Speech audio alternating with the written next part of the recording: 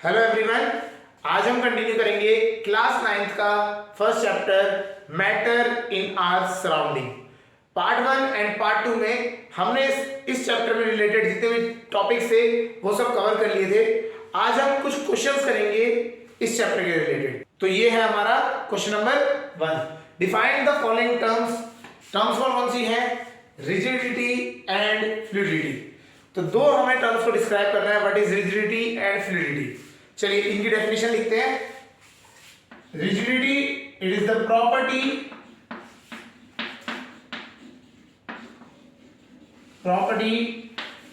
Due to which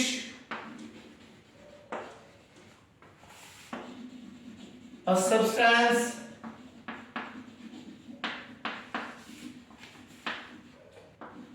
restrict any change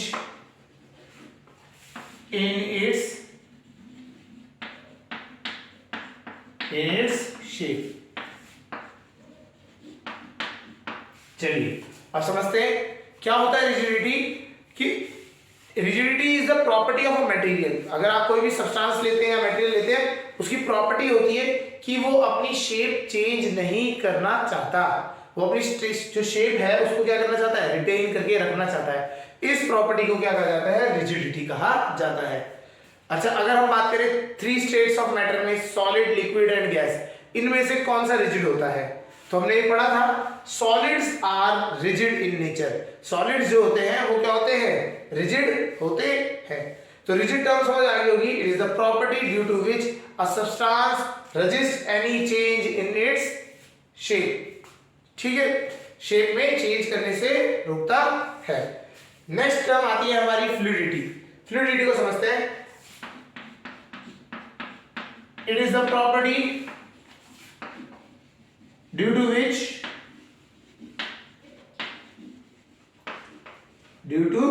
which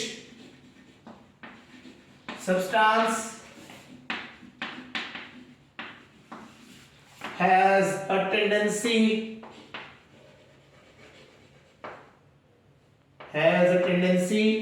to flow।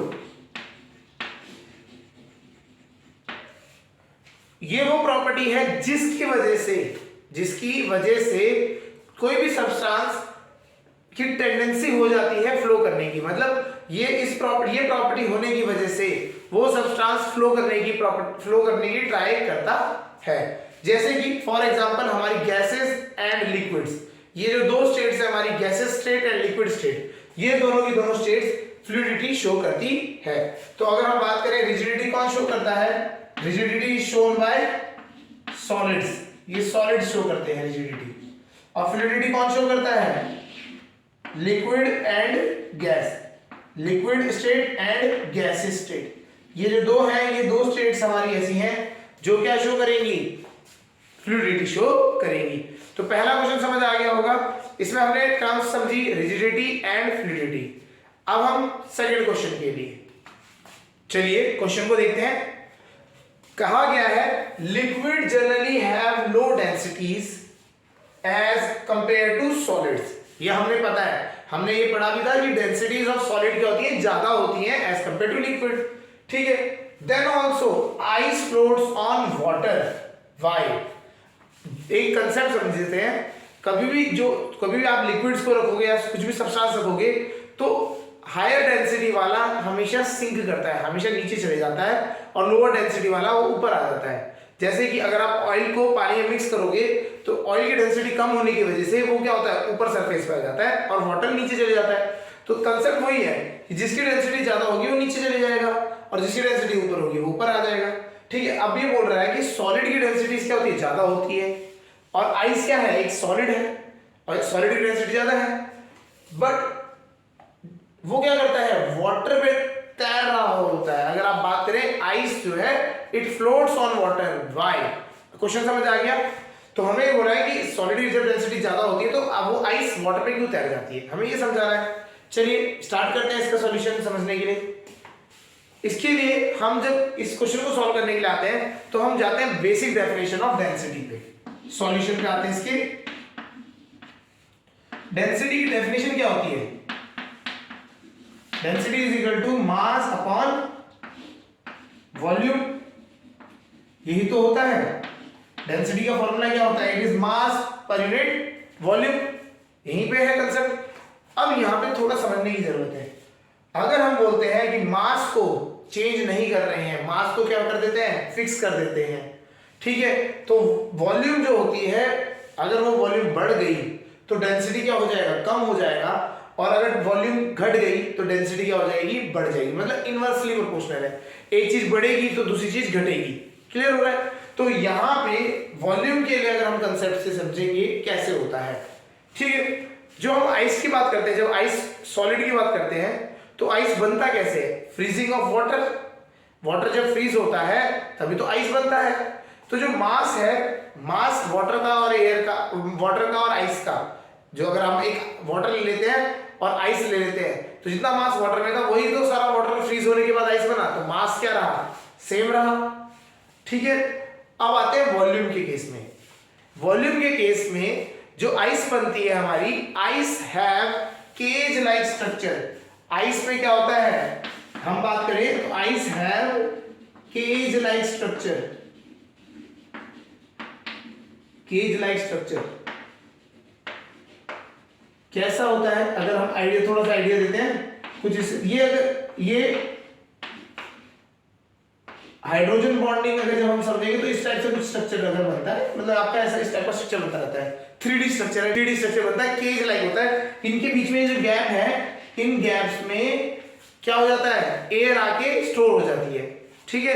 तो जो आपका आइस की बात करें तो कंप्लीटली सॉलिड नहीं है। Ice is not completely solid, it is solid plus air. Solid है, केज लाइक स्ट्रक्चर है, उसके अंदर क्या है? एयर भरी हुई है।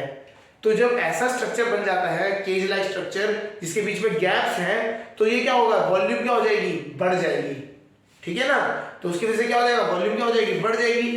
अब मास तो सेम रहा है, वाटर का मास और जो आपकी आइस है उसका मास तो सेम रहा है, बट वॉल्यूम क्या है? आइस की बढ़ गई। क्यों?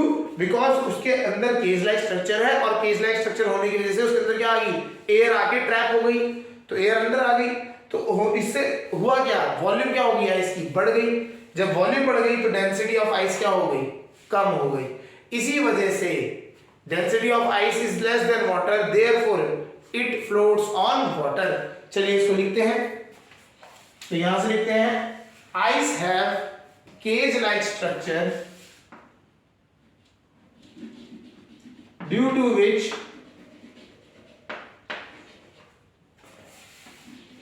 air gets trapped in the gaps। Gaps में क्या होता है? एयर आके ट्रैप हो जाती है, ठीक है। As a result the volume of the ice, the volume of ice increases. जब हम आइस बना रहे होते हैं वाटर से, तो क्या हो गया? गैप, उसमें केज लाइक स्ट्रक्चर बना और उसमें क्या? एयर आगे ट्रैप हो गई, तो वॉल्यूम क्या हो गई? आइस की इंक्रीज हो गई। Due to which density of ice becomes lower, कम हो जाती है, देन वाटर के डेंसिटी से कंपेयर करेंगे तो आइस की डेंसिटी क्या जाती है? कम हो जाती है। Hence ice floats on water. Hence इसी वजह से ice floats on water. Water में क्या करती है? आइस फ्लोट करती है। समझ आ गया? तो ये आपको कंसेप्ट समझ आना चाहिए कि जब हम पानी को, आपने क्या किया? एक गिलास में पानी रखा और आपने क्या किया? उसको फ्रीज कर दिया। जब आप फ्रीज करोगे तो क्या होगा? उसकी जो वॉल्यूम होगी आइस की, मास तो वही रहेगा, क्योंकि मास का अगर हम बात करें, कंजर्वेशन ऑफ मास भी होता है, ठीक है। तो मास can neither be created nor be destroyed. तो मास तो उतना ही रहा, बट क्या हुआ? जो केज लाइक स्ट्रक्चर बना, उसकी वजह से जो आपका आइस है, आइस का क्या हो गया, वॉल्यूम बढ़ जाता है। तो वॉल्यूम बढ़ गया, मास सेम रहा, वॉल्यूम बढ़ गया, तो डेंसिटी क्या हो गया, इसकी कम हो गई। इसी वजह से क्या होता है, आइस की डेंसिटी कम होने की वजह से इट फ्लोट्स ऑन वाटर। समझ आ गया होगा। चलिए नेक्स्ट क्वेश्चन की तरफ बढ़ते हैं। चलिए इस क्वेश्चन को देखते हैं। What is the physical state of water at, temperatures दे रखे हैं हमें -3 degree Celsius, 0 degree Celsius, 45 degree Celsius, 100 degree Celsius and 120 degree Celsius. तो 5 टेम्परेचर्स दे रखे हैं, इनमें हमें बतानी है what will be the physical state of water. अगर वाटर लेके चल रहे हैं तो वो क्या स्टेट में होगा। क्लियर है। कंडीशन यहां रखना है हमें कि इसमें जो मेल्टिंग एंड बॉइलिंग पॉइंट है आपके आइस के, वो स्टैंडर्ड ही लेंगे आप। 0 degree Celsius will be melting point and 100 degree Celsius will be boiling point. ठीक है, कोई शिफ्ट नहीं होगा इसमें। क्लियर है। चलिए स्टार्ट करते हैं सॉल्यूशन के लिए। हम एक टेम्परेचर को बना लेते हैं, टेम्परेचर लाइन बना लेते हैं। तो टेम्परेचर लाइन देखते हैं, 0 डिग्री सेल्सियस क्या है हमारा, melting point, 100 degree Celsius will be boiling point. ठीक है, तो इससे कम में क्या मिलता है आपको, सॉलिड मिलता है। इसके बीच में लिक्विड स्टेट मिलती है और लास्ट में गैसियस स्टेट मिलती है। नहीं मिलती है, मिलेगी। ठीक है, चलिए अब आते हैं -3 डिग्री सेल्सियस। -3 डिग्री सेल्सियस क्या है, यहां पे। तो कौन सी स्टेट मिलेगी, सॉलिड स्टेट। तो ए पार्ट में अगर हम बात करें तो ए पार्ट में क्या मिलेगी हमें, सॉलिड स्टेट मिलेगी। सॉलिड स्टेट मींस आइस मिलेगा। क्या मिलेगा आपको, आइस मिलेगी। क्लियर है। चलिए अब सेकंड पॉइंट पे आते हैं, 0 डिग्री सेल्सियस। 0 डिग्री सेल्सियस में क्या होता है, it is the melting point. It is the melting point. और जब हमने मेल्टिंग पॉइंट की डेफिनेशन बताई थी उस टाइम पे एक चीज समझाई थी, मेल्टिंग पॉइंट पे आपको दोनों स्टेट्स मिलती हैं, सॉलिड भी मिल सकती है एंड लिक्विड भी मिल सकती है। तो यहां पे क्या होता है, सॉलिड एंड लिक्विड दोनों स्टेट क्या होगी, अवेलेबल होगी। आपको कुछ अमाउंट में सॉलिड भी मिलेगी, कुछ अमाउंट में लिक्विड भी मिलेगी। क्लियर है। थर्ड वाला केस देते हैं, कहां पे है, 45 डिग्री सेल्सियस। 45 डिग्री सेल्सियस के बीच में होगा तो it will be liquid state. 45 degree में क्या है, लिक्विड स्टेट। नेक्स्ट डी में, D is 100 degree Celsius. 100 degree Celsius is boiling point. जैसे मेल्टिंग पॉइंट पे आपको सॉलिड और लिक्विड दोनों मिलते हैं, ऐसी 100 डिग्री सेल्सियस पे आपको क्या मिलेंगे, लिक्विड एंड गैस, दोनों के दोनों मिलेंगे। लिक्विड स्टेट मिलेगी एंड गैस स्टेट मिलेगी। क्लियर है। And last 120 degree Celsius. 120 degree Celsius is greater than 100 degree Celsius. तो यहां पे आपको क्या मिलेगी, स्टीम मिलेगी, that is gaseous in state. Physical state क्या हो जाएगी उसकी, गैस हो जाएगी। क्लियर है। तो इस तरीके से अगर आपको टेम्परेचर रेंज दे रखी है, मेल्टिंग पॉइंट और बॉइलिंग पॉइंट दे रखा है और आपसे पूछेगी इन टेम्परेचर्स पे क्या क्या मिलेगा, तो आप उससे बता सकते हैं। क्लियर है। यहाँ पे इंपॉर्टेंट पॉइंट जो है नोट करने का है, दैट इज मेल्टिंग पॉइंट पे आपको सॉलिड एंड लिक्विड दोनों मिलेंगे एंड बॉइलिंग पॉइंट पे आपको लिक्विड एंड गैस दोनों स्टेट्स एक साथ कोएग्जिस्ट करती हुई दिखाई देंगी। चलिए ये समझ आ गया। अब अगले क्वेश्चन के लिए बढ़ते हैं। इस क्वेश्चन को देखते हैं। ये क्वेश्चन कहता है, why it is easier to sip tea from a saucer than a cup. क्या होता है, एक आपने चाय पी अगर पीते हैं तो चाय कप में दी जाती है, ठीक है ना, और इसके नीचे रखने के लिए एक प्लेट दी जाती है, दैट इज सॉसर। ठीक है। तो हम क्या करते हैं, इंडिया में देखा होगा चाय को कप, अगर चाय ज्यादा गर्म है तो उसको क्या करते हैं, प्लेट में डाल के फिर आप सिपिंग करते हैं। तो आप कप से सिप करो तो थोड़ा टाइम टेकिंग होता है अगर हॉट टी है, लेकिन सॉसर में क्या होता है, जल्दी जल्दी आप इसको सिप कर पाते हैं, जल्दी आप टी को कंप्लीटली फिनिश कर सकते हैं। ऐसा क्यों, समझ आ रहा है। चलिए इसको हम इसके सॉल्यूशन पे समझने के ऊपर आते हैं। ठीक है। यहाँ ये क्वेश्चन जो है रिलेटेड है इवेपोरेशन के कंसेप्ट से। ठीक है। तो होता क्या है, अगर हम एक कप लेके चलते हैं,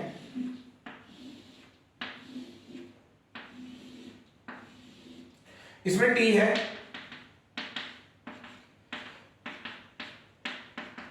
तो टी है, सॉसर इज प्लेट,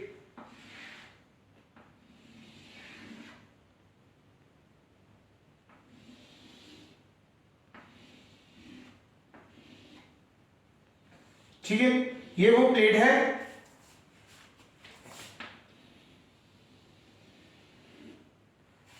यहां तक समझ आ गया होगा, ये प्लेट है। तो अगर हम क्या करते हैं, इसमें चाय को रख देते हैं, तो आप देख पा रहे होंगे इसका सरफेस एरिया क्या हो गया है, बढ़ गया है। जो टी है वो ज्यादा अब सरफेस एरिया पे स्प्रेड आउट हो गई है, और इसमें क्या था, इतना ज्यादा सरफेस एरिया नहीं था। ठीक है, तो हमें यहाँ पे एक चीज समझ करनी है, क्या होता है जब हम एक इवेपोरेशन के बारे में बात कर रहे थे, तो हमने एक बात करी थी, factors affecting rate of evaporation. तो हम रेट ऑफ इवेपोरेशन की बात करते हैं। जब हम चाय को कप से एक सॉसर में डालते हैं, तो जो हम क्या करते हैं, इसको करने से, ऐसा करने से हम क्या करते हैं, सरफेस एरिया इंक्रीज कर देते हैं। क्लियर है, तो हम क्या करते हैं, सरफेस एरिया इंक्रीज कर देते हैं। सरफेस एरिया इंक्रीज होने की वजह से इवेपोरेशन का रेट क्या हो जाता है, ज्यादा हो जाता है। और जैसे इवेपोरेशन अगर ज्यादा होगा तो हमें एक कंसेप्ट पता है, इवेपोरेशन कॉज कूलिंग। जल्दी इवेपोरेट होगा, कूल होगा जल्दी, तो चाय जल्दी ठंडी हो जाती है। तो जब हम सॉसर में डालते हैं तो चाय क्या होती है, वो जल्दी ठंडी हो जाती है, इसीलिए हम क्या करते हैं, जल्दी से सिप कर पाते हैं। ठीक है, तो यहां पे हम लिखेंगे in saucer the surface area increases resulting in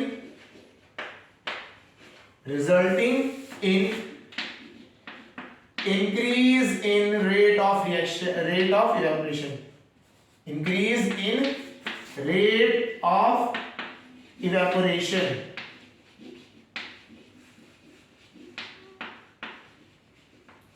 evaporation का रेट क्या हो जाता है, बढ़ जाता है। ठीक है, देयर एंड वी नो, हम क्या जानते हैं, and we know evaporation cause cooling, evaporation cause cooling, therefore tea gets cooler at a fast rate, जल्दी से ठंडी हो जाती है। चाय क्या होती है, ठंडी हो जाती है। चाय हो गया, मिल्क हो गया, ठीक है, दोनों के लिए हम क्या करते हैं, कप से सॉसर में डाल देते हैं, उससे क्या होता है, ठंडी हो जाती है आपकी चाय। चाय ठंडी हो गई तो आपको बस पी लेते हैं। यही कंसेप्ट है। अगर आप दूध को देखेंगे, जब दूध में गरम दूध होता है तो आप क्या करते हैं, उसमें फूंक मारते हैं। फूंक मारने का कंसेप्ट ही वही है, आप फूंक मार रहे हो, आप विंड स्पीड बढ़ा दे रहे हो। विंड स्पीड बढ़ गई, रेट ऑफ इवेपोरेशन इंक्रीजेस। जब रेट ऑफ इवेपोरेशन इंक्रीज होगा तो रेट ऑफ कूलिंग क्या होगा, वो भी बढ़ जाएगा। तो इसी तरीके से कंसेप्ट एक दूसरे से रिलेटेड होते हैं। तो ये जो है कंसेप्ट, ये क्वेश्चन था, it was related to the rate of evaporation के ऊपर हमें बताया गया था। ठीक है, तो सरफेस एरिया बढ़ेगा तो क्या होगा, रेट ऑफ इवेपोरेशन बढ़ेगा। क्लियर है, चलिए नेक्स्ट क्वेश्चन देखते हैं। ये क्वेश्चन कह रहा है, liquid like alcohol and acetone when placed on palm gives you the feeling of cooling. Why? इसको समझने के लिए इस तरह समझ सकते हैं, जब अभी हम रिसेंटली जब कोविड हुआ था तो हम सैनिटाइजर हाथ में यूज कर रहे थे ना, तो जब हम सैनिटाइजर हाथ में डालते थे तो क्या होता था, ठंडी ठंडी फीलिंग आती थी हाथ में। ठीक है, तो क्यों होती है ये समझते हैं। चलिए इसका सॉल्यूशन समझते हैं। देखिए, जो एसीटोन एंड अल्कोहल की बात कर रहे हैं तो ये क्या होते हैं, वोलेटाइल सब्सटेंस होते हैं। अगर हम इसको समझे तो दे आर वोलेटाइल सब्सटेंस। ठीक है, इन वोलेटाइल सब्सटेंस की खास बात क्या होती है ये समझते हैं। इनकी खास बात ये होती है कि ये जैसे ही इनको हीट मिलती है इवेपोरेट हो जाते हैं। क्लियर है, तो इवेपोरेशन, जब भी कोई चीज इवेपोरेट होगी तो हमने पढ़ा था इवेपोरेशन कॉज कूलिंग, तो उसी कूलिंग की वजह से हमें क्या होता है, कूलिंग फील, जो कूलिंग की फील आती है। ठीक है, समझते हैं, उसी को लिख लेते हैं। ठीक है, तो लिक्विड लिखते हैं, liquids like alcohol and acetone, alcohol and acetone जो होते हैं liquid are volatile substance. Volatile substance क्या होते हैं, जो इवेपोरेट होते हैं। यहाँ पर ब्रैकेट लिख देते हैं, दैट इवेपोरेट्स, इवेपोरेट्स या वेपराइज हो जाता है आराम से, ठीक है, जो कि वेपर बन के उड़ जाते हैं। जैसे हमारा पेट्रोल भी होता है, डीजल भी होता है, तो पेट्रोल को भी अगर आप हाथ में डालेंगे तो कूलिंग इफेक्ट देगा, ठीक है। तो वोलेटाइल सब्सटेंस, ठीक है, होते हैं विच इवेपोरेट्स, वो क्या हो जाते हैं, evaporates when placed on palm, जब हम उसको पाम में रखते हैं तो क्या हो जाते हैं, वो इवेपोरेट कर जाते हैं, causing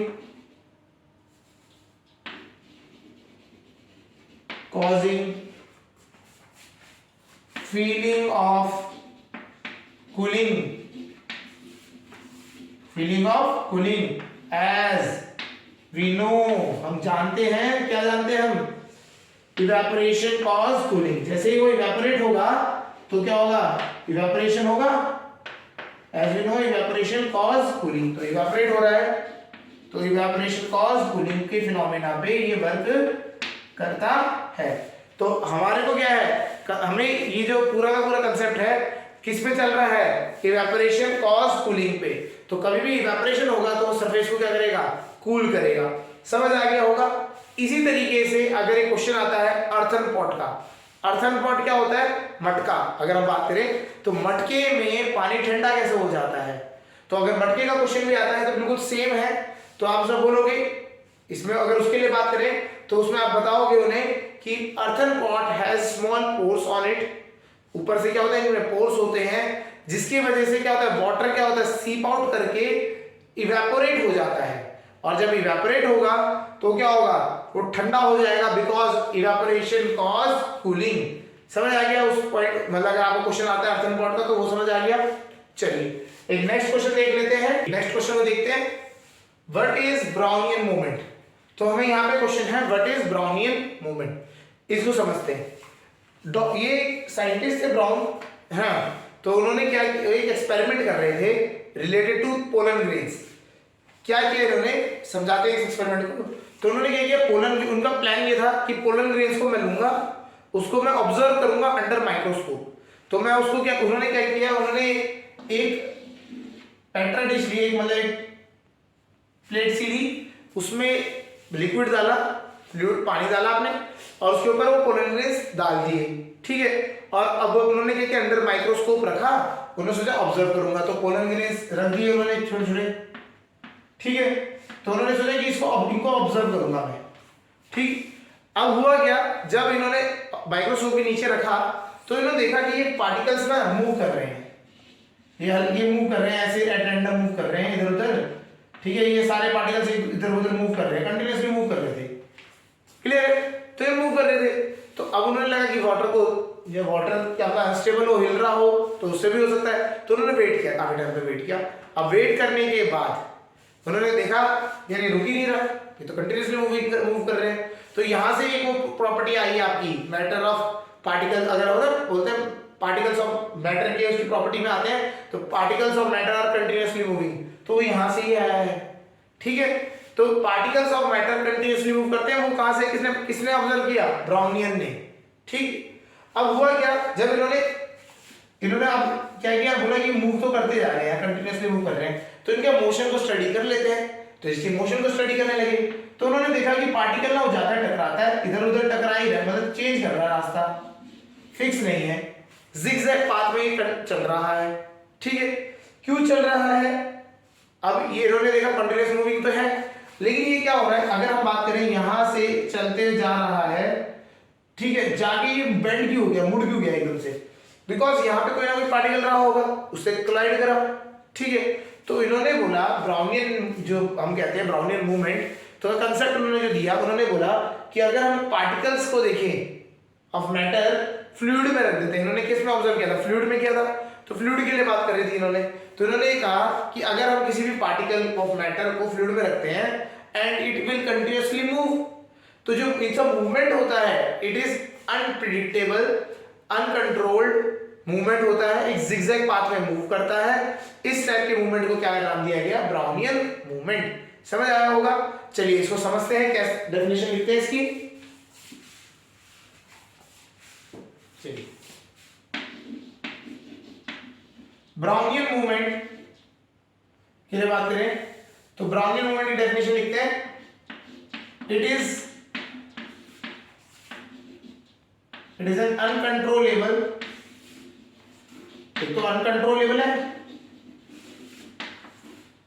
कॉमा रैंडम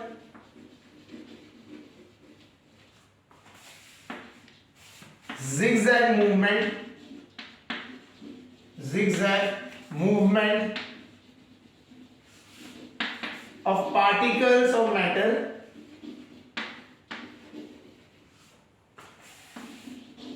ये क्वेश्चन इसलिए आता है क्योंकि हमने पार्टिकल्स ऑफ मैटर के बारे में पढ़ रहे थे, ठीक है, तो इसलिए ये क्वेश्चन आ जाता है। It is uncontrollable random zigzag movement of particle, control and लिख लेते हैं, and random zigzag movement of particle of matter, clear है। तो ये क्या होता है, अगर ब्राउनिंग मूवमेंट पूछा जाए तो it is a uncontrollable random zigzag movement of particles of matter in a fluid medium। अगर हम बात करें तो ये फ्लूइड के लिए बोला गया था, in a fluid medium, in fluid medium, ठीक है। तो इन फ्लूइड मीडियम में बात करें तो ये क्या है, कंटिन्यूअसली इधर उधर मूव करता है। ये मूवमेंट फ्लूइड मतलब दोनों के लिए हो रहा है, गैस के लिए भी लिक्विड के लिए भी, ठीक है, ये दोनों के लिए। लेकिन सॉलिड के केस में ब्राउनिंग मूवमेंट नहीं होता। सॉलिड के केस में क्या होता है, इट वाइब्रेट्स, जो पार्टिकल क्या होते हैं, वाइब्रेट करते हैं, क्लियर है। लेकिन अगर हम फ्लूइड की बात करें, फ्लूइड कौन कौन से सब्सटेंस है, गैसियस स्टेट भी फ्लूइड होती है और लिक्विड तो है ही फ्लूइड। तो दोनों केस में जो पार्टिकल्स है वो कंटिन्यूअसली zigzag मूवमेंट में मोशन कर रहे हैं, तो उसको क्या मूवमेंट को नाम क्या दिया गया, ब्राउनियन मूवमेंट, ब्राउनियन मूवमेंट कहा गया। समझ आ गया होगा। चलिए अब एक और क्वेश्चन देख लेते हैं। चलिए नेक्स्ट क्वेश्चन को देखते हैं। इस क्वेश्चन में क्या कह रहा है, why desert cooler cools better on hot dry day. Desert cooler क्या होता है, ये आपने देखे होंगे, कूलर्स जो लगते हैं हमारे विंडोज में, पहले अब तो एसीज भी हैं, नहीं तो विंडोज में कूलर लगते थे, ठीक है, तो उन्हीं को क्या कहते हैं, डेजर्ट कूलर्स कहते हैं, ठीक। तो डेजर्ट कूलर्स को बेटर, उसकी जो परफॉर्मेंस है बेटर होती है, कब होती है, हॉट ड्राई डे, जब हॉट होगा और ड्राई डे होगा, ठीक है ना। ड्राई डे होगा मतलब सूखा है, गर्मी है, मतलब टिपिकली जो आपके जून जुलाई के गर्मी वाला मौसम होता है उस टाइम के लिए, तब आपका जो डेजर्ट कूलर है it cools better. Why question ही आता है, ठीक है। अब हम समझते हैं वो डेजर्ट कूलर क्यों, मतलब ये ऐसा फिनोमेना शो करता है, ठीक है। अब हम बात करते हैं, जब डेजर्ट कूलर के लिए वर्किंग की बात करें उसकी, तो वर्क करता है on the principle of evaporation. Desert cooler जो होता है it works on the principle of evaporation. Principle of evaporation में क्या करता है, वर्क करता है। तो लिख देते हैं, स्टार्ट करते हैं यहीं से, ठीक है। तो यहां लिख देते हैं desert cooler works on principle of evaporation. Principle of evaporation, evaporation पे वर्क करता है। जितना ज्यादा इवेपोरेशन होगा उतना अच्छा ये वर्क करेगा, हाँ या ना, ठीक है, उतना अच्छा ही वर्क करेगा। जितना ज्यादा इवेपोरेशन होगा उतना अच्छा ही वर्क करेगा। अब यहां पे समझते हैं, देखिए कैसा डे है, हॉट है, हॉट है, ठीक है। तो हॉट होने की वजह से क्या होगा, टेम्परेचर क्या हो जाएगा, ठीक है। आप समझते हैं ऑन हॉट डे, अगर हॉट डे की बात करें, टेम्परेचर क्या होता है, हाई होता है। टेम्परेचर क्या होता है, हाई होता है। ह्यूमिडिटी क्या होती है, ड्राई की बात कर रहे हैं, ड्राई डे, ड्राई डे मतलब ह्यूमिडिटी क्या होती है, लो होती है ना। तो ये दो कंडीशन होती है ना ऑन हॉट डे, ये कंडीशन होगी, ये कंडीशन होगी, दो कंडीशन होगी। एक तो टेम्परेचर हाई होगा, दूसरा ह्यूमिडिटी क्या होगी, लो होगी, ये दोनों कंडीशन होगी। और ये दोनों कंडीशंस इवेपोरेशन को क्या करती हैं, सपोर्ट करती हैं। तो इससे क्या होता है, result in rate of evaporation increase. Evaporation क्या हो जाता है, इंक्रीज हो जाता है इसकी वजह से, ठीक है। इसमें भी क्या होगा, रेट ऑफ इवेपोरेशन इंक्रीज।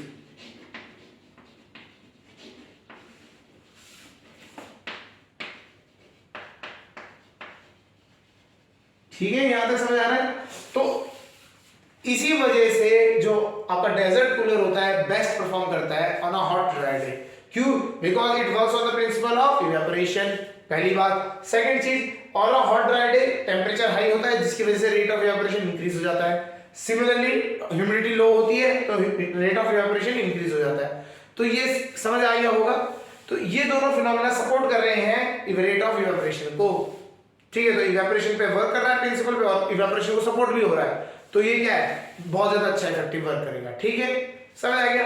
तो आपको क्या है, हमने कुछ क्वेश्चंस थे, ये वो क्वेश्चंस थे जो डिस्क्रिप्टिव टाइप होते हैं कि डिस्क्राइब करना पड़ता है ये ऐसा क्यों होता है, जैसे आइस क्यों फ्लोट करती है पानी के ऊपर।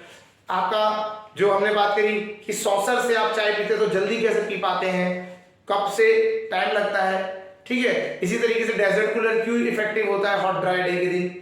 तो ये सारे क्या डिस्क्रिप्टिव क्वेश्चंस होते हैं। और ये क्या इनको अगर एक्सप्लेन करने की बात है तो कौन सी प्रॉपर्टीज बात है, एक तो कूलिंग इफेक्ट ऑफ इवेपोरेशन पे आता है, बेसिकली हम इवेपोरेशन पे ही बात कर रहे हैं इन क्वेश्चंस में, या फिर अब डेंसिटीज और ये अदर फैक्टर्स जो पार्टिकल की प्रॉपर्टीज होती है उन प्रॉपर्टीज पे ये वर्क करता है। ठीक है, तो हमने ये जो कुछ क्वेश्चंस थे जो कि आपके एनसीईआरटी एंड अदर बुक्स में आपको मिलते हैं ये क्वेश्चंस, तो इनको हमने एक्सप्लेन कर दिया यहाँ पे, डिस्क्रिप्शन है, इसके ऊपर डिस्कशन हो गया।